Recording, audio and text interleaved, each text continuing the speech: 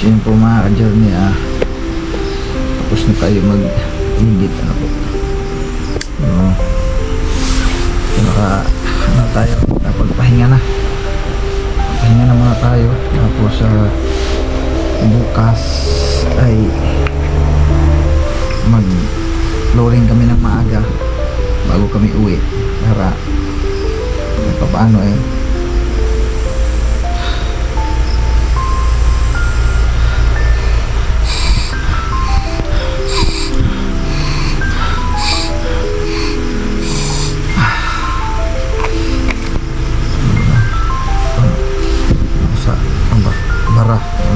ikaw ng pin-out ba sa Bisaya, pin-out ba dito barbarado mga journey.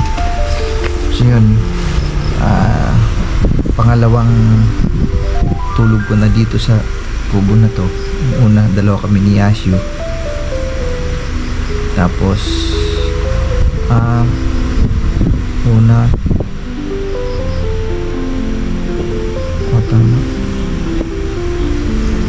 pangatlo na yata kami ni Yashu dito tulog. Pangatlo ko ngayon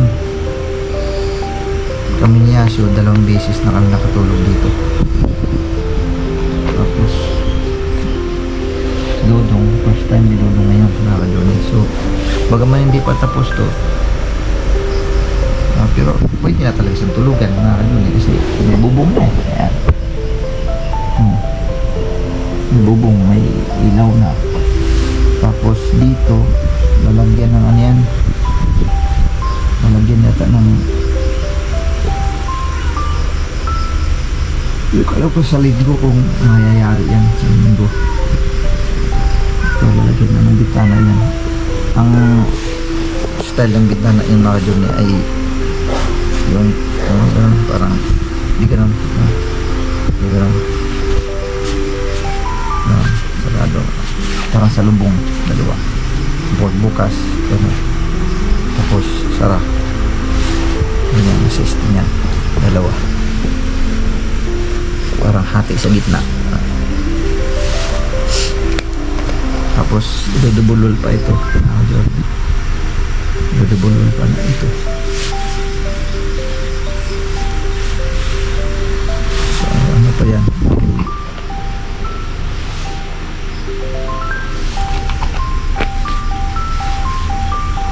pagka dito na siguro, pagka dito na kami, tsaka lang namin ito tarabahoin na ayun. Pagka dito na kami, madali naman na lang yan pagka nandito na tsaga lang habang nandito. Gawin mo na namin ang dapat gagawin para sama mautay-utay siya, no? Kasi isa sa pangunahin talaga kung bakit minamadali namin na makalipat na kami mga ka-journey, kasi doon ay magbabayad tayo ulit. Patagal-tagalin pa natin, siyempre sisingilin na naman ulit tayo ng may-ari. Minamadali na namin makalipat kami mga ka-journey para makaiwas sa pag-upa. Ayos din naman, malaki din naman parang sa tingin lang natin maliit pero malaki kasi dyan yung pinaka-sala dyan sa labas, yan pinaka-diskanso o espasyo, ano, tiris kung tawagin. Tapos yung doon sa may gilid mga ka-journey, yung sa likod nito, sa gilid nito, sabi ni Kuya Mando, pwede rin daw yung gawaan isang kwarto pa ulit. Tapos ang magiging lawahan namin itong gilid ng terrace dyan, yun ang magsisilbing pinaka labahan na lang na ka-journey. Yun ang pagkakaintindi ko, yun ang pagkakasabi ni Kuya Mando, pero hindi pa sa ngayon, no? Kumbaga utay-utayin lang gagawin kapag may pera, gagawa doon ng kwarto ulit, panibago doon, isa pang kwarto doon. Tapos ang magiging pintuan dito na mga ka-journey. So luluwag at luluwag ito kasi ang kusina naman nandyan, ang kusina ganito, i-overlap siyang pa ganun, overlap siya ganun, hindi papasok palabas para maluwag ganun ang siste. Tapos yung pinaka labahan doon sa may harap na yun doon, maluwag din yun doon. So sige, pa-extend yan hanggang sa medyo lumuod ng kumilos. Sa ngayon lang kasi ginanito lang muna, gawa ng madalian kasi madalian na makalipat kasi ang ano ni tita na makaalis na agad doon sa makalipat na ba agad. So para sa akin sabi ko nga, sa panahon ngayon kailangan po bang mamili kung gaano kalaki ang kailangan mong tirahan. Ang pinaka-importante sa ngayon na makaligtas ka sa pangungupahan, yun po ang pinakamahalaga ngayon mga ka-journey. Ngayon talaga mahirap asahan ang income ko ngayon sa YouTube. Sobrang napakahina talaga, napakababa. Kung doon lang namin kukunin yung aming kailanganin sa araw-araw, tapos doon ka sa metro kasi ganun lang yung income mo, mahirap. O dito kung ganito, kung ganun man lang kalaki o kaliit ang aming kita, at least kahit pa paano nakaminus-minus kami sa aming upa mga ka-journey. Kailanganin namin sa buwan-buwan kasi nakakaminus na kami. Kaya napakalaking tulong sa amin to ang ganitong pagkakataong ito, napakalaking tulong sa amin talaga to. Kaya nagpapasalamat talaga ako unang-una sa Panginoon Diyos dahil ginamit niya ang mga tao na kasangkapan mo. Pangunahin nga nagplano talaga nito si tita ng Australia, si tita Charmin. Tapos supporting, daming sumuport, no? Daming nakasupport sa plano ni tita. Salamat dun sa mga sumuporta sa plano ni tita. Kaya nabuo to ganito. At siyempre nagpapasalamat din ako ulit, no? Kay Kuya Mando. Grabing sakripisyo ni Kuya Mando, no? Yung pagpapatira niya sa amin dito, yung paggawa nito, silang mga anak niya nagtulong-tulong. Tapos yung kanyang mga kaibigan, pag-umpisa nito, may mga kaibigan pa si Kuya Mando na tumulong dito yung paggawa ng mga kawayan, mga ganun. Grabe ang talagang nag-sacrifice si Kuya Mando. Halos hindi na nagpapahinga sa kanyang bukirin pa lang. Sobrang pagod na po ang kanyang ginawa. Grabing pagod na. Halos hindi na nga natutulog sa tanghali. Madaling araw umaalis na yan kung kinakailangan. Kung may mga tagpo kasi na madaling araw pa lang siya nandun na, alas 2 pa lang ng madaling araw nandun na siya sa kanyang buhit. Ano na yan, nag-spray naganoong oras nag-spray na yan siya, madaling alas 2 pa lang nag-spray na yan siya doon. Kaya talagang grabing pagod ni Kuya dito, ni Kuya Mando dito. Grabe, thank you talaga Kuya sa suporta na ibinigay niyo po sa amin, sa kanilang mag-asawa, sa kanyang mga anak. Sobrang salamat talaga dahil bihira tayo makatagpo ng ganung tao. Sabi nga niya, napakasarap sa puso kapag siya ay makatulong sa kapwa. Kaya salamat talaga Kuya Mando, saludo talaga ako sa iyo Kuya. Bilib ako sa iyo sa ugali niya. Sobrang napakabait ni Kuya. Samantala kailan lang naman kami nagkakakilala. So, sobrang napakabait niya sa amin. welcome kami dito, buong pamilya ko. Salamat talaga sa kanila, nila Ate Flor at saka siyempre sa kanila yung mga kapatid ni Ate Flor, nakilala ko na rin sila. Thank you po sa inyo. Andito kami, no? Tinanggap kami. Thank you very much daw. So ngayon, bukas gagaya kami at mga kailangan, mga alas 10 pa lang ata, alas 11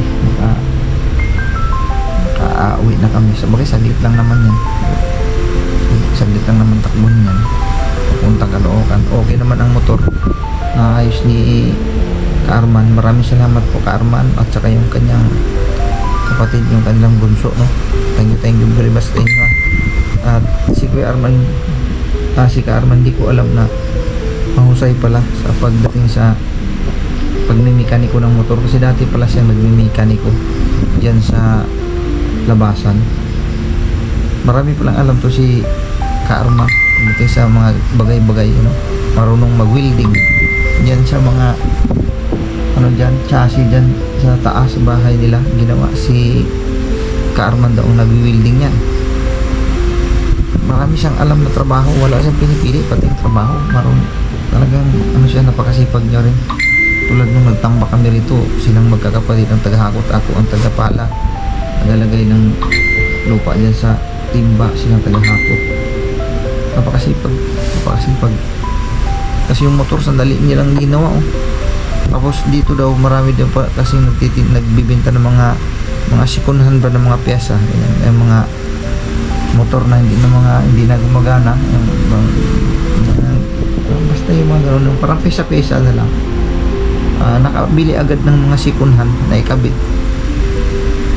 Ang galing, nahuli niya yung problema eh, hindi gumagana yung bomba ng langis, kaya nag-stack up doon sa taas, sa head, nag-stack up yung mga rocket ram, hindi gumagana, hindi nagpa-function kasi walang langis na umaakyat, kasi basag pala yung pinaka pump doon sa ibaba, basag siya talaga, as in basag, tapos may lumuwag, kaya pala yung napapansin ko na parang kumakalansing ang tunog, kaya pinapatune up ko nga yun.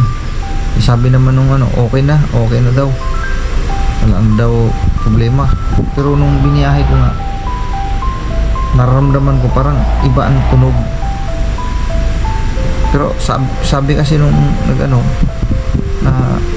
nag-tune up, okay na. Hindi, siyempre wala naman akong alam dun sa pagdating sa pagmekaniko ng ganyan mga motor, mga minor lang naman ang aking kaalaman dyan. Hindi kampante ako, kaya binyahe ko. Yun pala yun, yung ingay na narinig ko, yun na pala yun, sa may ilalim pala, sa may makina na doon pala sa baba. May maluwag na parte ng pyesa sa loob ng makina, kaya doon nasira. So salamat kay Kuya Arman, no? Thank you sa iyo, bro, at sa iyong kapatid na bunso. Thank you sa inyong dalawa, dahil silang dalawang nag-aasikaso. Sandali lang tinarabaho ni Arman, kabisado niya baklasin lahat, binaklas talaga, ang galing. Salamat talaga sa mga pangarami. Kaya mga yun eh, yaantok na ako. Tulog na. Dudong wala pa yun, muni-muni pa yung labas. Ako inaantok na, hinintay ko lang yung kasi mag-exporting ko ako mga ka-journey, kaya ayun, na-exporting ko yan, kita nag-exporting ako, hintayin ko na lang yan matapos. Katapos niyan ay matulog na po ako, kasi bukas mga alas 6 ng umaga, kung hanggat maaari mga alas 6 ng umaga, maka-start na kami agad ng maaga pa, kasi para matapos yung flooring dyan bago kami uwi. Kung hanggat maaari ma-flooring agad, ang dali lang naman the flooringan, kasi manipis lang naman, di naman kailangan kapalan pa yun eh. Mga dos lang ang kapal, tsaka siksik naman na siya, wala nang dapat ipangamba na mabibitak pa sa hindi na yan. Kasi sinasiksik na ng frame kasi tinubigan yan. Yung tinubigan na parang halos puno yung ano, pagbaba ng tubig na siksik ngayon yung lupa. O yun, tumigas. Ganun pala ang sikreto niyan, tinutubigan. So yun ang mas maganda, ang ganun pala assisted. Yung tubigan, napakapakan namin yun, parang lusak, ganun. Isiksik nga naman siya, tapos dinagdagan namin tinapingan. Kapag pagkatapos tinapingan, binayo yung para sumiksik pa ng gusto. Ayun, ayos. Kaya bukas flooring na kami maaga bago kami uwi, flooring muna kami. Yan, basta kami lilipat na kami dito kahit hindi pa ito tapos mga ka-journey. Alright, yan lang muna ang update, yan muna yung status mga ka-journey. Habang papagabi papalamig ng hangin yung buga ng electric fan, sobrang lamig. Samantala doon sa Caloocan, kahit ganitong oras sa loob ng bahay, ang buga ng electric fan mainit pa din, sobrang napakainit. Samantala dito napakalamig, may palibasa pati, wala pang mga bintana yan, kaya tagos-tagos talaga yung ano, lamig. Sadyang malamig dito kasi probinsya to, siyempre may tabi pa akong puno ng mangga. Kahit tanghali dito walang init dito eh, hindi mainit dito eh, kasi pag ang araw diyan nakakover ang mangga, pagdating ng hapon nakakover yung puno ng kawayan at saka yung isa pang puno ng ano diyan, yung anunang anunang yan eh, yan dyan. Oh, last mga puno ng saging doon, kaya walang init sa akin talaga dito eh, wala, napakalamig. So yun lang po mga journey. Ano na ako, mag-asikaso lang ako dyan sa aking upload na po. Alright.